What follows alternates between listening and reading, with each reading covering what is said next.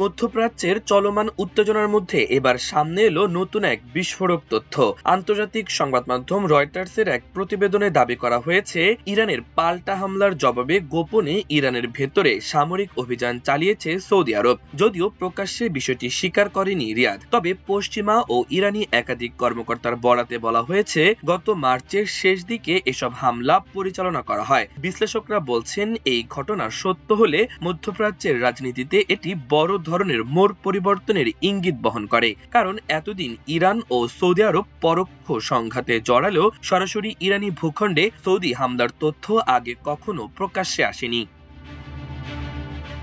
রয়টার্সের প্রতিবেদনে বলা হয়, যুক্তরাষ্ট্র ও ইসরায়েল গত ফেব্রুয়ারির শেষ দিকে ইরানে হামলা শুরু করলে পুরো মধ্যপ্রাচ্যে উত্তেজনা ছড়িয়ে পড়ে। এর জবাবে ইরান উপসাগরীয় অঞ্চলের কয়েকটি দেশে পাল্টা হামলা চালায়। সৌদি আরব সেই হামলার শিকার হয়। ইরানের ক্ষেপণাস্ত্র ও ড্রোন হামলায় সৌদির বিভিন্ন গুরুত্বপূর্ণ স্থাপনা ক্ষতিগ্রস্ত হয় বলে দাবি করা হয়েছে। এরপরই রিয়াদ গোপনে প্রতিশোধমূলক সামরিক পদক্ষেপ নেয়।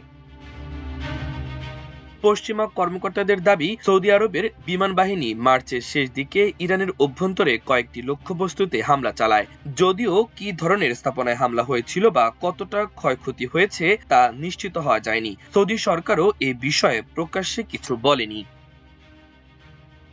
তবে আন্তর্জাতিক পর্যবেক্ষকরা বলছেন, সৌদি আরবের এই অবস্থান ইঙ্গিত দিচ্ছে যে দেশটি এখন আগের চেয়ে অনেক বেশি আক্রমণাত্মক কৌশল গ্রহণ করছে। একই সময় আরেকটি তথ্য সামনে আসে।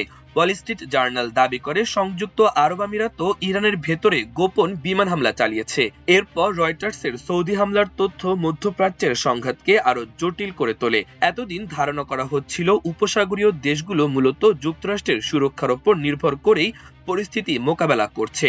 কিন্তু এখন দেখা যাচ্ছে, ইরানের হামলার জবাবে তারা নিজেরাও সরাসরি সামরিক পদক্ষেপ নিয়েছে। যুদ্ধের সময় ইরান শুধু মার্কিন সামরিক ঘাঁটিই নয়, বরং সৌদি আরব ও আশপাশের দেশগুলোর তেল শোধনাগার, বিমানবন্দর ও গুরুত্বপূর্ণ বেসামরিক স্থাপনাগুলোকেও লক্ষ্যবস্তু বানায়। একই সঙ্গে বন্ধ করে দেওয়া হয় হরমুজ প্রণালী। ফলে বিশ্ব বাণিজ্য ও জ্বালানি সরবরাহে বড় ধরনের চাপ তৈরি হয়। এতে উপসাগরীয় দেশগুলো অর্থনৈতিক ঝুঁকিতে পড়ে যায়। তবে সৌদি আরব কেবল সামরিক জবাব দিয়েই থেমে থাকেনি।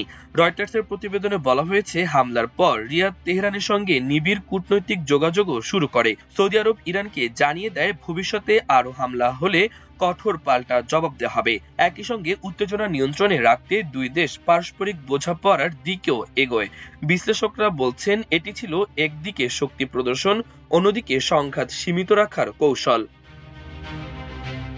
ইন্টারন্যাশনাল ক্রাইসিস গ্রুপের বিশ্লেষক আলী ভায়েস বলেছেন, সৌদি আরব ও ইরান উভয়ই বুঝতে পেরেছে যে নিয়ন্ত্রণহীন যুদ্ধ পরিস্থিতি পুরো অঞ্চলের জন্য ভয়াবহ মূল্য ডেকে আনতে পারে। তাই প্রতিশোধমূলক হামলার পাশাপাশি কূটনৈতিক যোগাযোগও অব্যাহত রাখা হয়েছে। মাল্টিমিডিয়া ডেস্ক, আমার দেশ।